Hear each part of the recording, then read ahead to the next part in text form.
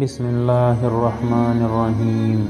اللہ کے نام سے شروع کرتا ہوں جو دلوں کے راز خوب جانتا ہے۔ ناظرین، آج کا ہمارا واقعہ با کمال لوگوں کی با کمال موت۔ امام ابو زرعہ کے انتقال کا واقعہ بھی عجیب ہے۔ ابو جعفر تستری کہتے ہیں، ہم جانکنی کے وقت ان کے پاس حاضر ہوئے۔ اس وقت ابو حاتم محمد بن مسلم، مندر بن شازان اور علماء کی ایک جماعت وہاں موجود تھی۔ ان لوگوں کو تلقین میت کی حدیث کا خیال آیا کہ ان حضرت صلی اللہ علیہ وسلم کا ارشاد مبارک ہے، اپنے مردوں کو لا الہ الا اللہ کی تلقین کیا کرو، مگر ابو زرعہ رحمہ اللہ سے شرما رہے تھے اور ان کو تلقین کی ہمت نہ ہو رہی تھی۔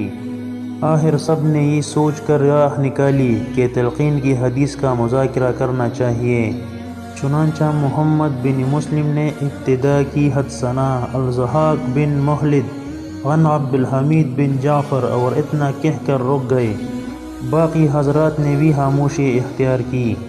اس پر ابو زرعہ نے اسی جانکنی کے عالم میں روایت کرنا شروع کیا اور اپنی سند بیان کرنے کے بعد متن حدیث پر پہنچے۔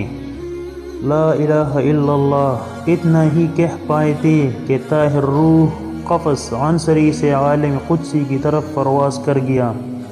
پوری حدیث یوں ہے، یعنی جس کی زبان سے آخری الفاظ لا الہ الا اللہ نکلے وہ جنت میں داخل ہوگا۔ جتنے بھی انبیاء کرام اللہ تعالیٰ نے اس دنیا میں بھیجے، سب انبیاء کرام نے لا الہ الا اللہ کی دعوت چلائی اور اپنے قوم کے لوگوں کو بتایا کہ اے لوگو لا الہ الا اللہ پڑھو، کامیاب ہو جاؤ گے۔ محترم ناظرین، اگر آپ کو میری یہ ویڈیو پسند آئی ہے تو چینل کو ضرور سبسکرائب کریں اور ثواب کی نیت سے ویڈیو کو آگے شیئر کریں۔ اللہ ہم سب کا حامی اور ناصر ہو، آمین۔